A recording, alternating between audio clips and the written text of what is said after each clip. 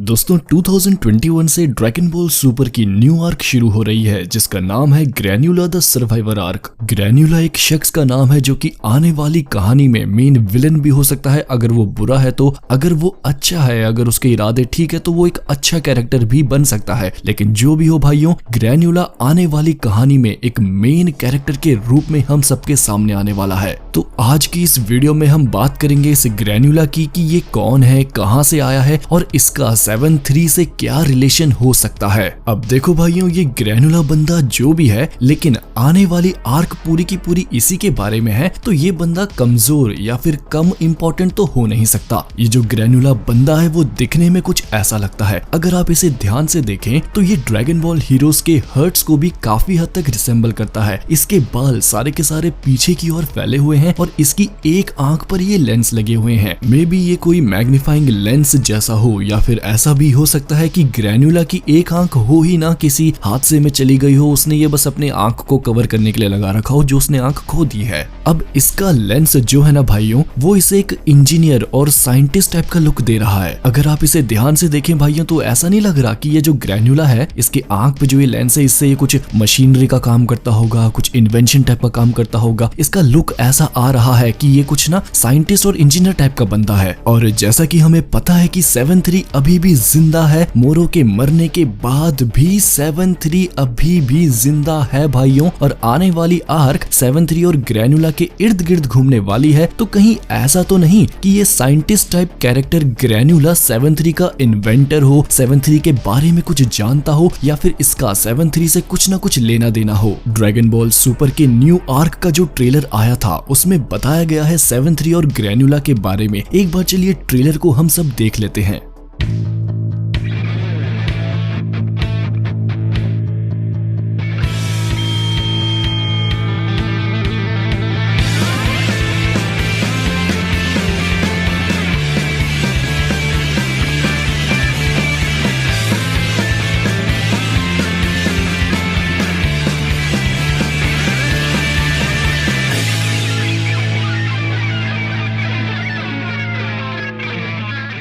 तो 7-3 के बारे में हम ऑलरेडी डिस्कस कर चुके हैं, अभी फ्लैशवे कार्ड से आप वो वीडियो देख सकते हैं। लेकिन बात करें अगर ग्रैन्युला द सर्वाइवर की, तो ये बंदा कुछ सर्वाइव करके आया है, कहीं से बच के आया है, कुछ बुरा हुआ था और वहां का जो सर्वाइवर है वो है ये ग्रैन्युला। अब ये बंदा सर्वाइव क्या करके आया है ये तो किसी को भी नहीं पता। मे बी भाइयों ऐसा भी हो सकता है मोरो के बंदों ने सभी प्लैनेट्स पर हमला किया था, तो उसके प्लैनेट पर भी हमला हुआ हो, और जब इस पे हमला हुआ हो इसने उस जगह को सर्वाइव कर लिया हो, ये वहां से इकलौता बचा हो। मे बी इसके प्लेनेट पर कुछ अलग से प्रॉब्लम चल रही हो, मे बी ये भी कोई जेल से भागा हो जैसे गैलेक्टिक प्रिजनर्स भागे थे, मतलब कुछ भी हो, ये बंदा कुछ तो सर्वाइव करके आया है। अब हमें ये भी नहीं पता कि ये अच्छे दिल का है या बुरे दिल का है। मे बी जैसे मीरस आया था ना हमारे लिए एक नया कैरेक्टर बन के, लेकिन हमको बाद में पता चला मीरस अच्छा है। मे बी ये ग्रैन्युला भी कुछ अच्छा कैरेक्टर बन के आए और आगे जाके इसका कुछ इंपॉर्टेंट रोल हो, और अगर ये बंदा विलन है तो ये आगे जाके खतरा भी साबित हो सकता है। अभी हमें इसके बारे में कुछ भी नहीं पता, तो मैं कुछ भी अपनी तरफ से पॉइंट ऐड नहीं कर सकता। लेकिन इसके लेंस को देखकर अगर ग्रैन्युला को हम इमेजिन करते हैं as a scientist, as a engineer, तो शायद से भाइयों ग्रैन्युला का 7-3 से कोई रिलेशन हो सकता है, क्योंकि 7-3 जो है वो एक एंड्रॉइड है, वो एक रोबोट है जिसे एक हाईली एडवांस्ड टेक्नोलॉजी वाले प्लेनेट पर बनाया गया है। जैसे हमारे अर्थ पर डॉक्टर जीरो थे, उन्होंने ही सेल को बनाया था, एंड्रॉइड 16, 17, 18 सबको बनाया था। मे बी 7-3 के होम प्लेनेट पर भी कोई ऐसा साइंटिस्ट हो, कोई ऐसी टीम हो साइंटिस्ट की, या फिर उनकी पूरी सिविलाइजेशन ही ऐसी रोबोट्स को बनाती हो। तो हो सकता है ग्रैन्युला 7-3 का इन्वेंटर हो, या फिर इसे बनाने वालों की टीम का हो, या फिर इसके होम प्लेनेट से बिलोंग करता हो। 7-3 के पास कोई इमोशंस नहीं है, लेकिन इसकी कॉपी एबिलिटी बहुत ताकतवर साबित हो सकती है। तो 7-3 को बनाने वाले लोग काफी स्किल्ड साइंटिस्ट और इंजीनियर्स रहे होंगे, और जो कि आने वाली आर्क पूरी तरह से ग्रैन्युला के बारे में है, तो कहीं ऐसा तो नहीं कि ग्रैन्युला 7-3 के होम प्लेनेट से बिलोंग करता हो, उस टीम का हिस्सा हो जिसने 7-3 को बनाया हो। देखो मैं ये कुछ भी कंफर्म होके नहीं कह रहा हूँ, हो सकता है कि कल ही कोई न्यू इन्फॉर्मेशन आए और पता चले कि मेरी ये सारी थ्योरी, सारी अजम्पशन, सारी प्रिडिक्शंस बकवास निकले। मैं बस आप सब फैंस की तरह कुछ अजम्पशन लेके चल रहा हूँ, वो भी सब कुछ मैंने इस बंदे के लेंस को देख कर कहा, क्योंकि इस आदमी की शक्ल मुझे किसी साइंटिस्ट या रिसर्चर या जो एक्सप्लोरर टाइप के लोग होते हैं उसकी तरह मैच कर रही है इसकी शक्ल। वैसे भाइयों मुझे पहले ये भी लग रहा था कि जो ये ग्रैन्युला है ना, ये जैसे सगान बो और 7-3 और जितने भी लोग गैलेक्टिक प्रिजन से भागे थे ना, ये ग्रैनुला भी उन्हीं सब प्रिजनर में से एक था जो कि बच निकला, जो कि अलग से निकल गया, इसीलिए इसका नाम सर्वाइवर पड़ गया कि ग्रैनुला द सर्वाइवर। अब मुझे ये गैलेक्टिक प्रिजनर इसलिए लगा भाइयों क्योंकि जो ग्रैनुला है ना,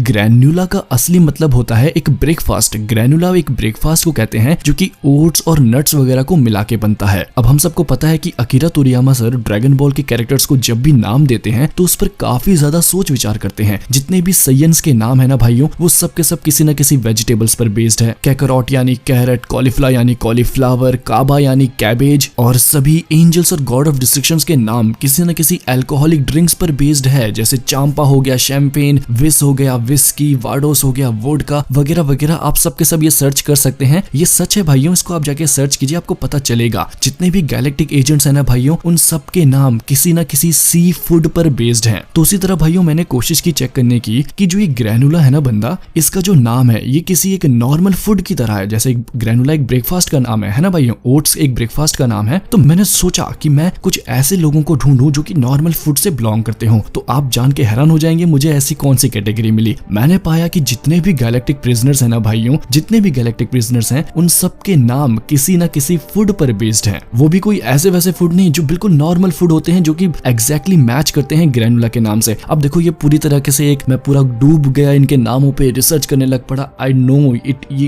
बिल्कुल फेल हो सकता है, बिल्कुल जीरो हो सकता है, कोई इसका लेना देना नहीं है। बट जस्ट यार हम फैंस है सबके सब ड्रैगन बॉल के, तो मैंने भाई क्या किया, जब सबके नाम किसी न किसी चीज से मैच करते हैं तो क्यों ना इस ग्रैनुला का नाम भी तो यार सोच समझ के बनाया होगा ना अकीरा तोरियामा सर ने। अभी ग्रैनुला बिल्कुल नया नया कैरेक्टर आया है तो इसके बारे में सोच विचार तो किया ही होगा ना उन्होंने पीछे। तो मैंने बस छांट मारा कि यार ये ग्रैनुला किससे मैच करता है, और मैंने पाया कि भाई जो गैलेक्टिक प्रिजनर्स की लिस्ट है ना, जितने भी बंदे हैं वहां पे अगर आप इन सबके नाम आप चेक करोगे ना, इन सबके नाम किसी न किसी नॉर्मल फूड पर ही बेस्ड है। कोई जापानीज का लोकल फूड है, कोई सोयाबीन डिश से बना है, कोई पास्ता से बना है, कोई माइक्रोनी से बना है। तो उन्हीं सब प्रिजनर में से क्या पता ग्रैनुला भी एक प्रिजनर रहा हो, ऐसा भी हो सकता है भाइयों। मैं अभी भी श्योर नहीं हूँ बट ऐसा भी हो सकता है। वहीं जो मेरी बात पहले कही थी कि जो 7-3 के ये होम प्लेनेट से भी हो सकता है, ये वहां का भी बिलोंग कर सकता है, क्योंकि 7-3 और इसके इर्द गिर्द कहानी घूम रही है तो इनका कुछ ना कुछ गहरा रिलेशन जरूर होगा। बट फिलहाल आप सब बताइए भाइयों, आपको क्या लगता है ग्रैनुला और 7-3 के रिलेशन के बारे में। मे बी ग्रैनुला कोई अलग ही इंडिपेंडेंट कैरेक्टर हो और इसका कोई भी लेना देना ना हो 7-3 से, बट जो कि ये दोनों आने वाली सीरीज में एक मेन किरदार का रोल निभाने वाले हैं, तो इस बात की भी पॉसिबिलिटीज है भाइयों कि इनके आपस में कोई ना कोई रिलेशन हो। तो आप बताओ यार, आपको क्या लगता है इन दोनों ही बातों के बारे में। कमेंट्स में अपने थॉट जरूर शेयर कीजिएगा। ये वीडियो आपको पसंद आया हो तो इसे प्लीज लाइक करें, और अगर आप चैनल पर पहली बार आए हैं तो प्लीज चैनल को सब्सक्राइब जरूर करना। मैं मिलूंगा आप सबको नेक्स्ट वीडियो में, तब तक के लिए खुदा हाफिज़, सादर प्रणाम।